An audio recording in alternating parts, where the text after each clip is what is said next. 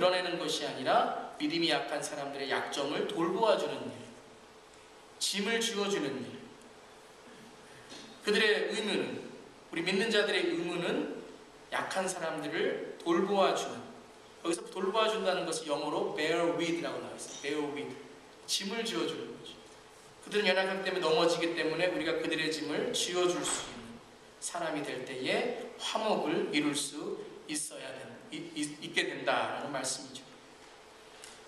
이제 기도합니다, 여러분.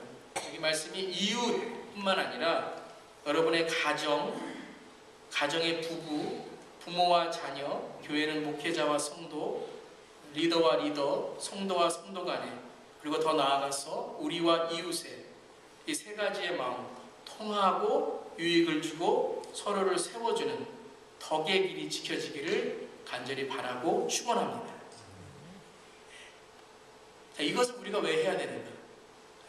이것이 어떻게 진리가 되는가? 3절에 나옵니다.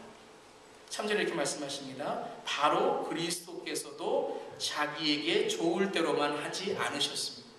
자, 이 말씀을 다시 말씀드리면 이것이 진리다. 진리 되신 예수님께서 가셨던 길이다. 그리스도께서도 자기에게 좋을 대로만 하지 않으셨습니다. 하나님도 편하지 않을 때가 있으셨다. 예수님도 편하지 않으실 때가 있다.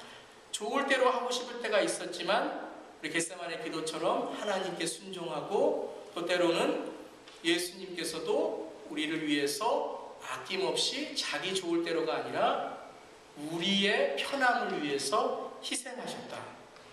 이것이 진리라는 거예요. 이것이 예수님께서 우리에게 보여주신 하나님의 형상이라는 말씀입니다.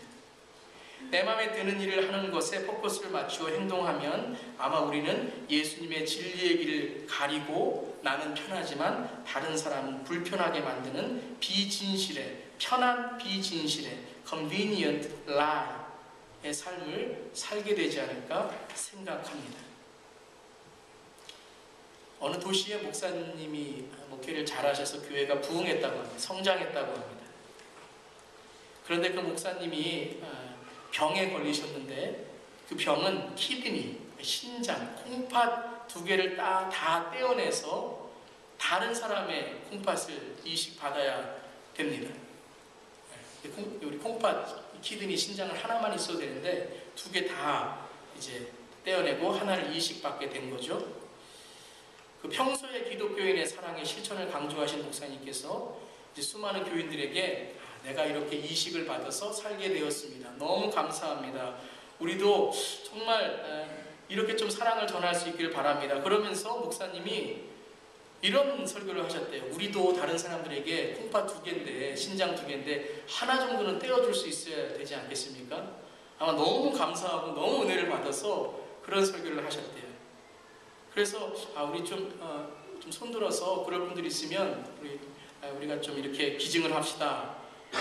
그런데 이제 목사님이 우리가 손을 들고 기증을 합시다 그랬더니 이제 앞줄부터 장로님들께서 이렇게 손을 드시고 눈치를 보시면서 그 뒤에 또 계속 손을 듣다가 서로 눈치를 보다가 다 손을 들었대요.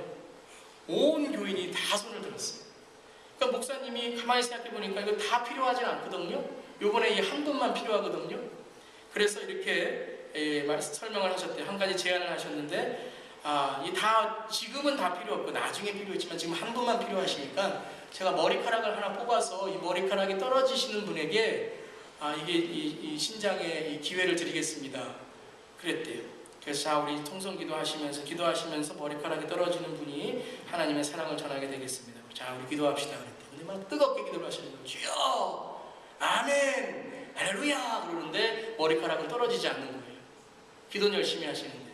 아니, 왜 이렇게 머리카락이 안 떨어지나? 딱 봤더니 재밌는 웃긴 얘기입니다. 이렇게 기도를 하시대요. 주여! 할렐루야! 아멘! 자기한테 머리카락이 떨어질까 열심히 통성으로 기도를 하더라고요. 여러분, 우리 교회는 절대 아니에요. 재밌는 얘기입니다. 여러분, 순종하시는데 불편하시죠? 덕을 세우는데 불편하시죠? 저부터 시작해서 우리 모두가 그러한 참 진실에 불편한 것이 아니라 우리가 참 알고 있으면서도 너무 어려워서 하지 못하는 그러한 일들이 있지 않습니까?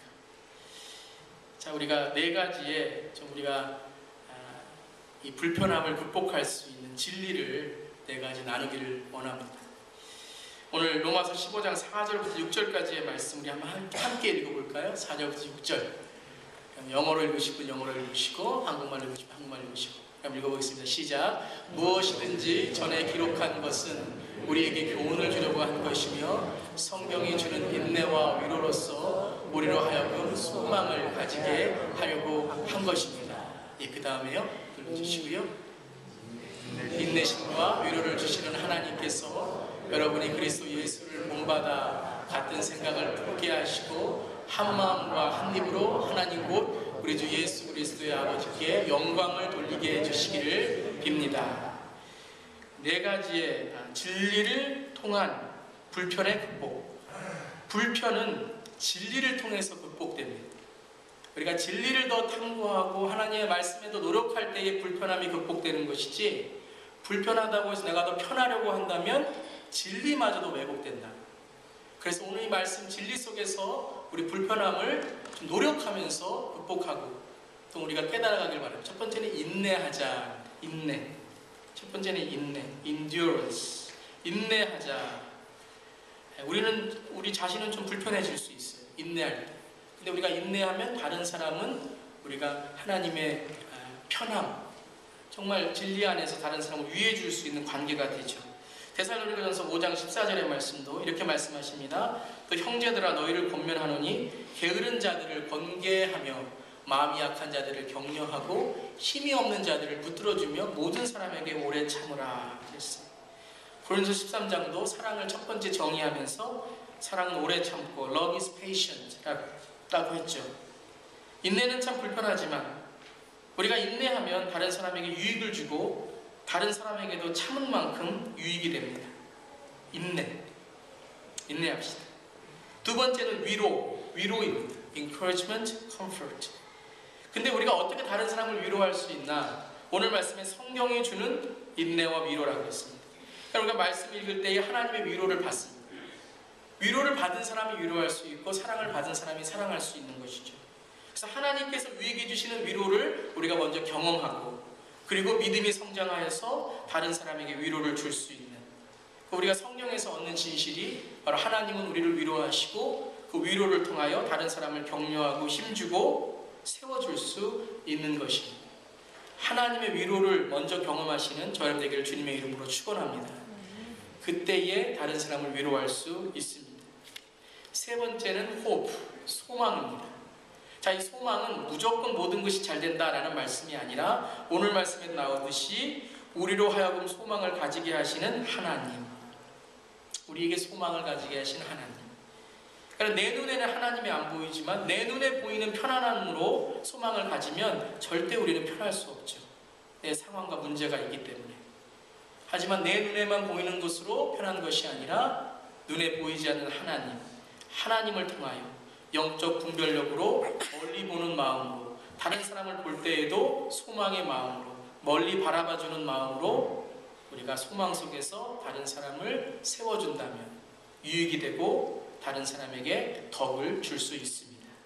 첫 번째 인내, 두 번째 위로, 세 번째 소망. 네 번째는 하나됨의 영광입니다. 오늘 말씀에서도 그리스도 예수를 본받아 같은 생각과 한 입과 그리고 한 마음과 한 입으로 하나님께 영광을 돌린다 그랬어요. 여기서 하나라는 것은 모든 것이 똑같다, 유니티를 말씀하시기보다 하모니를 말씀하시는 겁니다. 조화를 말씀하시는 겁니다. 예수 그리스도 안에서 하나가 되는 우리가 성격도 다르고 배경도 다르고 나이도 다르고 모든 것이 다르지만 우리가 아름다운 오케스트라가 멋있는 곡을 내듯이 우리가 아름다운 오케스트라의 믿음이 되어서 하나님의 영광의 곡조를 만들어내고 여러 색깔이 하나가 되어서 멋진 풍경을 만들듯이 우리가 조화가 되어서 아름다운 하나님의 그림을 그려내는 것, 이것이 바로 영광이라는 거예요. 하나님은 나 혼자 영광 드리는 것, 그것도 기뻐하시지만 함께 영광 드리는 것. 부모님이 자녀들 사이좋게 지내면 얼마나 기분 좋습니까? 용돈 많이 줘도 자녀들 사이좋게 안 지내고 싸우고